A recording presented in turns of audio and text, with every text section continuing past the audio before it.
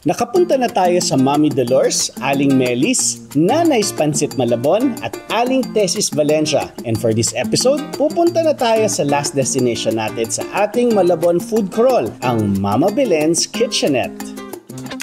Welcome to Kakatakam, kung saan lilibutin natin ang Pilipinas para matry ang iba't ibang food spots at good finds na talaga namang nakakatakam at nakaka-inlove. Ang Mama Belen's Kitchenette ay isa sa mga patok at masarap na pansit malabon sa area at meron silang sariling twist sa kanilang pansit. Tara't itry ang kanilang signature pansit malabon, talaba at kamat chile cookies. Pupunta tayo sa Mama Belen's Kitchenette or dating Ross's Pancit Malabon.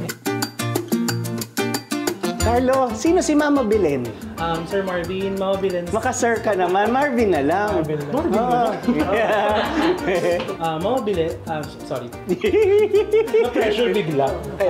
Si Mama Belen po ay yung sister po ni Aling Rosie. Sige, habang tayo nagkukwentuhan, maglalagay tayo ng pansit para talagang malasahan natin. Gusto kong lang malaman, Nanay Rosie na pansit malabon, kailan yung naging transition to Mama Belen? Yung Ross's Pancit Malabon, nagla siya until 2009. Naka-recover kami sa 2016. Very good. Pero same naman yung lahat. Same menu, same lasa, kung ano yung minahal ng tao sa Nanay Rosie nandito sa Mama Belen. Pero si Aling Rosie, kailan siya nag-open? Yun yung matagal na eh. During 1900s pa po, sir. May pansit malabon na nung 1900s? Yes po. Nag-start din siya actually before din mag-Rosie as Roscon Belvedere.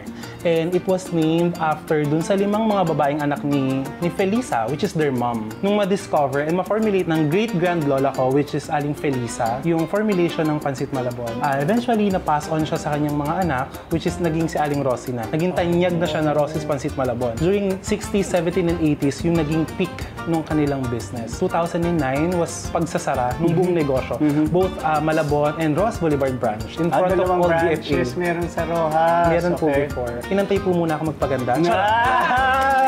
At maganda ka na ngayon. Kapon ka. Kung makaganito naman, Miss Universe. Miss Universe. Ako po yung palaban ng Malabon. Seriously. Parang hindi pansit malabon na yung feature natin. Si Carlo na!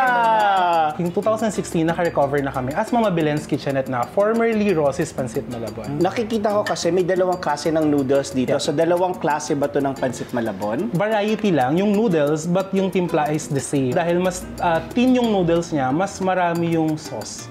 So, mas kumakapit doon. Pero naririnig ko nga kanina dito daw sa pansit malabon dito sa inyo, meron kayong talaba? Yes. And Talaba? Talaba, sir. Dati, hinahalo nyo dito sa pansit malabon na yung talaba. Sinasawag po namin siya. Pwede din siyang orderin na sides na nakakinilaw, yung version niya. And then, nung term ko na po, nag-innovate ako ng bago, which is inadobo pa siya. Beauty queen talaga siya. Ako nga beauty queen eh. Yung term ko po. Yung term ko na po ay nag-innovate kami ng adobo style. Masarap kasi. Pero ito kasi sabi ni Carlo, kailangan ko daw matikman itong manipis na noodles. Fine. Napapansin niyo, Marvin, wala namang kaming kalamansi. Yeah. Because? Hindi kailangan. Nalalasaan ko nga yung pagka may citrusy na siya. Nung umupo pa lang tayo, naaamoy ko na yung sarap nung malabon mo. Parang nang aakit siya. Pag nakita niyo yung Pancit Malabon, parang na-describe niya na yung buong Malabon. Yung festive look niya, as well as yung aroma, which is the patis, saka yung seafood extract niya din na nandyan, sir. Ito, lengua to, di ba? Yes, sabi niyo nga, pork, yung dila. Yeah, yun yung kaiba rin dun sa iba pang Pancit Malabon na nasa market right now. Masarap yung manipis, pero parang mas balanse Mas gusto niyo po yung original. Lasa. It's always the original. Para sila magkaiba. Magkaiba ba sila? Presentation lang? Magkaiba. Yung isa po ay adobo style, and then yung isa is kilaw, which has been launched, and then we pour it with our own formulation din ng suka. On top of the pancit, yes sir. Ayan. Pero parang ayaw ni Carlo. Pwede rin naman, kasi I mean,